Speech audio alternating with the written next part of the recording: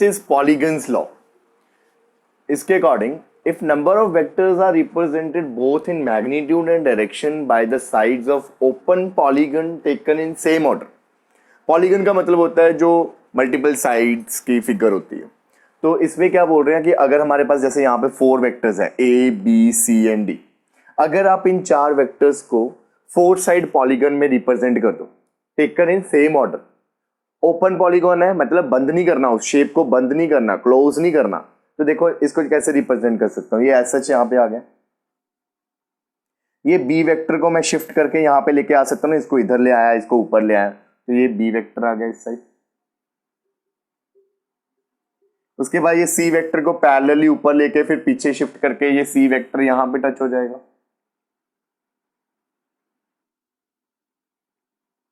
फिर ये D vector को पैरेलली शिफ्ट करके आप सी के साथ टच करवा सकते. तो ये मैंने 4 वेक्टर्स को रिप्रेजेंट कर दिया एक ओपन पॉलीगन में, क्लोज नहीं है. तो then their resultant is represented both in magnitude and direction by the closing side of polygon taken in opposite order. मतलब इन चारों वेक्टर्स का जो रिजल्टेंट होगा वो कौन बताएगा? Closing side. इस पॉलीगन की क्लोजिंग साइड क्या होगी कि यहां से इसको क्या कर दूं, ज्वाइन कर दूं इस तरह. And taken in opposite order, ये सारे एक ऑर्डर में चल रहे हैं तो ये क्या होगा? ऑपोजिट. तो ये जो साइड है, दिस साइड रिप्रेजेंट्स रिजल्टेंट. ठीक है. अब इसको थोड़ा सा इसका प्रूफ कर लेते हैं, छोटा सा प्रूफ. पहले हम दो वेक्टर्स को उठाते हैं, ये ए वेक्टर और बी वेक्टर. हमें पता है ये ए और ये बी, इन दोनों वेक्टर्स का अगर मैं ट्रायंगल बना दूं लाइक दिस,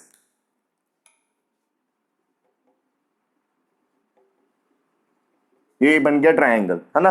तो ये जो है ये R1, इसको लिख देता हूं मैं R1 वेक्टर. ये R1 वेक्टर किसके इक्वल है? अब resultant of A vector plus B vector, है ना. देखो हमने ट्रायंगल लॉ पढ़ा ना, 2 वेक्टर्स आर रिप्रेजेंटेड बाय अगर 2 साइड्स ऑफ ट्रायंगल, तो तीसरी साइड ऑपोजिट ऑर्डर में क्या बताएगी? उनका रिजल्टेंट. तो इसका मतलब ये R1 ए और बी का रिजल्टेंट है. इन दोनों का कंबाइंड इफेक्ट ये R1 है. तो ये दोनों खत्म हो गए. अब इनका इफेक्ट कौन आ गया? R1. अब उसके बाद देखो अगर मैं R1 और C वेक्टर को उठाऊं तो ये इसको ज्वाइन कर दिया मैंने यहां, ये R2 वेक्टर. तो अब आप देखो R1, ये C और यहां से ऑपोजिट क्या आ रहा है? R2. दो सेम साइड से जा रहे हैं, तीसरा ऑपोजिट आ रहा है. तो जो ऑपोजिट आता है वो क्या होता है? इन दोनों का रिजल्टेंट. तो R2 vector is resultant of R1 vector and C vector. दोबारा से देखो, ये A और B दोनों सेम साइड से सेम ऑर्डर में थे, तो ये इनका तीसरी जो ऑपोजिट थी वो उनका रिजल्टेंट आ गया. ऐसे ही यहां पे देखो, अब ये सेम साइड से जा रहा है, ये यहां से सेम साइड से जा रहा है, इन दोनों का रिजल्टेंट ऑपोजिट साइड से आ रहा है R2. तो मतलब ये भी खत्म और ये भी खत्म. इन दोनों का कंबाइंड इफेक्ट कौन दे रहा है? अब R2. अब बचा कौन? ये R2, ये D.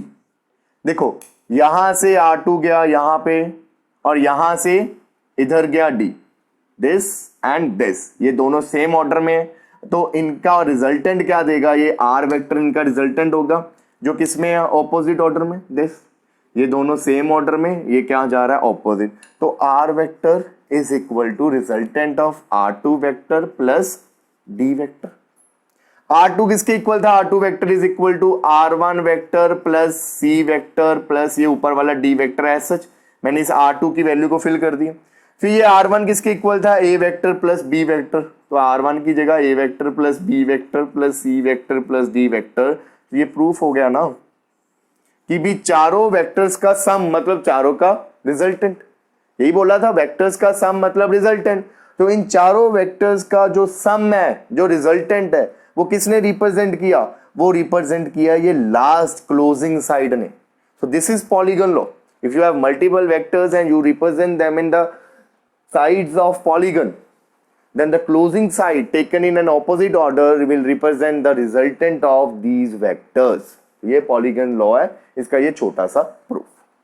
अब इस वीडियो में हम लास्ट टॉपिक करते हैं, subtraction of vectors. addition तो पढ़ लिया, addition के laws पढ़ लिए, resultant is addition. तो how will you subtract two vectors? उसके बारे में अब पढ़ते हैं. तो बच्चों यहाँ पे मेरे पास है दो वेक्टर्स, ए वेक्टर और दूसरा है मेरा बी वेक्टर, और इनके बीच में एंगल है थीटा, और मैंने निकालना है इन दोनों वेक्टर्स का डिफरेंस, मतलब सब्ट्रैक्ट करना है। तो क्या अब डिफरेंस के लिए नए रूल बनेंगे? ऐसा नहीं होगा, डिफरेंस के लिए कोई रूल नहीं है बच्चों, हम रिजल्टेंट के फॉर्मूले से ही इनको निकाल लेंगे। कैसे? वो देखो, a माइनस बी के लिए रिजल्टेंट का फॉर्मूला नहीं है, रिजल्टेंट होता है दो वेक्टर्स को ऐड करने का फॉर्मूला। तो मैंने ऐड करना है, तो मैं इनको ऐसे लिख सकता हूं, a vector plus minus B vector, ऐसे लिख सकता हूं इसको। मतलब मैंने a वेक्टर को ऐड करना है माइनस बी वेक्टर के साथ, तो माइनस बी वेक्टर एक नया वेक्टर बन गया। कल पढ़ा था ना, लास्ट वीडियो में पढ़ा था ना कि अगर आप एक वेक्टर के आगे नेगेटिव डाल दोगे तो वो एक नया वेक्टर बन जाता है। तो यहां पे मैं इस वेक्टर को c लिख देता हूं कि c vector is equal to minus of b vector. तो इस c और b में क्या डिफरेंस होगा? लास्ट वीडियो में ये पढ़ा कि अगर एक वेक्टर दूसरे वेक्टर के नेगेटिव के इक्वल होगा तो उसका मैग्नीट्यूड सेम रहेगा, उसकी डायरेक्शन क्या हो जाएगी? ऑपोजिट। तो b वेक्टर अगर इधर है तो c वेक्टर किधर हो जाएगा? इसके बिल्कुल ऑपोजिट इधर, है ना। ये हो गया c वेक्टर, जिसका मैग्नीट्यूड किसके इक्वल है? जितना b की लेंथ होगी उतनी ही c की लेंथ, क्योंकि हमें पता है मैग्नीट्यूड रहेगा सेम, सिर्फ डायरेक्शन क्या हो जाएगी? रिवर्स। ये चीज हो गई ना। तो मतलब this is a vector plus c vector, जो किसके इक्वल है? रिजल्टेंट के। हमें पता है कि भी दो वेक्टर्स का सम क्या होता है? रिजल्टेंट। तो देखो मैंने माइनस को चेंज कर दिया प्लस में। कैसे? ये माइनस अंदर देके इसको एक नया वेक्टर बना दिया और डायग्राम में उस नया वेक्टर को रिप्रेजेंट कर दिया। तो अब रिजल्टेंट निकालना है ए और सी का। ये ए है, ये सी है। रिजल्टेंट के लिए हमारे पास फॉर्मूले हैं, a square plus c square plus 2ab cos ac cos theta का रूट। अब इसका मैग्नीट्यूड ऐसे ही निकालोगे ना, अभी पढ़े हमने फॉर्मूले, a square plus c square plus 2ac cos of दोनों के बीच का एंगल। अब इस केस में दोनों के बीच का एंगल कितना है? ये थीटा है, पूरा एंगल 180 का है, तो ये एंगल कितना हो गया? पाई माइनस थीटा, है ना। पूरा एंगल कितने का? पाई होता है 180 डिग्री, तो पूरा एंगल 180 का है, ये कितना हो गया? पाई माइनस थीटा। तो यहां पे फॉर्मूला क्या बन गया? पाई माइनस थीटा। बस इतना डिफरेंस बच्चों लोग, कि भी जब आपने दो वेक्टर को सब्ट्रैक्ट करना है ना, अगर उनके बीच का एंगल थीटा है तो वहां पे क्या यूज करोगे? पाई माइनस थीटा। बस इतना डिफरेंस। तो याद रखना इस फॉर्मूले को कि if you want to subtract two vectors then there is only one change in the formula, that is यहां पे क्या आ जाएगा? पाई माइनस थीटा, और कुछ नहीं होएगा। ठीक है, एंगल में पाई माइनस थीटा आ जाएगा। ठीक है, उसके बाद अगर बात करें हम, तो टैन बीटा का फॉर्मूले में भी क्या चेंज आएगा? जैसे रिजल्टेंट अब निकला, इनका रिजल्टेंट यहां पे आएगा और ये रिजल्टेंट ने इधर एंगल बनाया बीटा, तो टैन बीटा किसके इक्वल होएगा? Tan beta is equal to, अगर एंगल ए के साथ बना रहा है तो ए को फ्री छोड़ना है, सी साइन दोनों के बीच का एंगल, ए और सी के बीच का angle pi minus theta over C cos pi minus theta plus, ये आ गया। तो फॉर्मूले में सिर्फ क्या चेंज हुआ? जहां थीटा होता था वहां पे क्या आ गया? पाई माइनस थीटा। अब आप बोलोगे सर हमने a माइनस बी करना है, फॉर्मूले में c आ रहा है ना, तो ये भी तो एक चेंज आ रहा है। आप बोल रहे हो सिर्फ थीटा में पाई माइनस थीटा आ रहा है, तो ये भी c आ रहा है यहाँ पे। पर बच्चों लोग यहाँ पे क्या होता है? ये c मैग्नीट्यूड होता है ना, फॉर्मूले में हम वैल्यू फिल करते हैं सिर्फ। और मैंने क्या बोला? c और b का मैग्नीट्यूड क्या है? सेम। माइनस तो सिर्फ डायरेक्शन उल्टी कर रहा है, तो इसका मतलब यहां पे c की जगह b भी फिल कर सकते हो, क्योंकि magnitude of c is equal to magnitude of b। तो यहां पे जहां जहां c है वहां वहां b भी पुट कर सकते हो।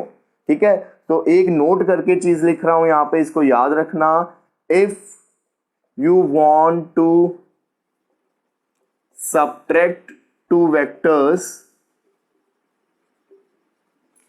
just replace theta by pi minus theta in your formulas.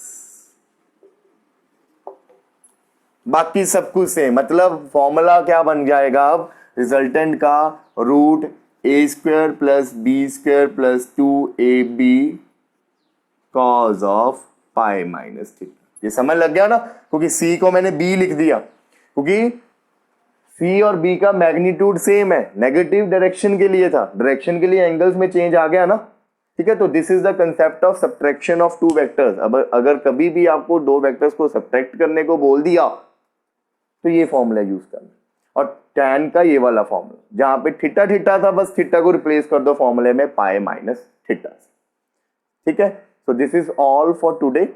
I hope आपको ये वीडियो अच्छी लगी हो, और अगर वीडियो अच्छी लगी हो तो do subscribe and like my video. Thank you.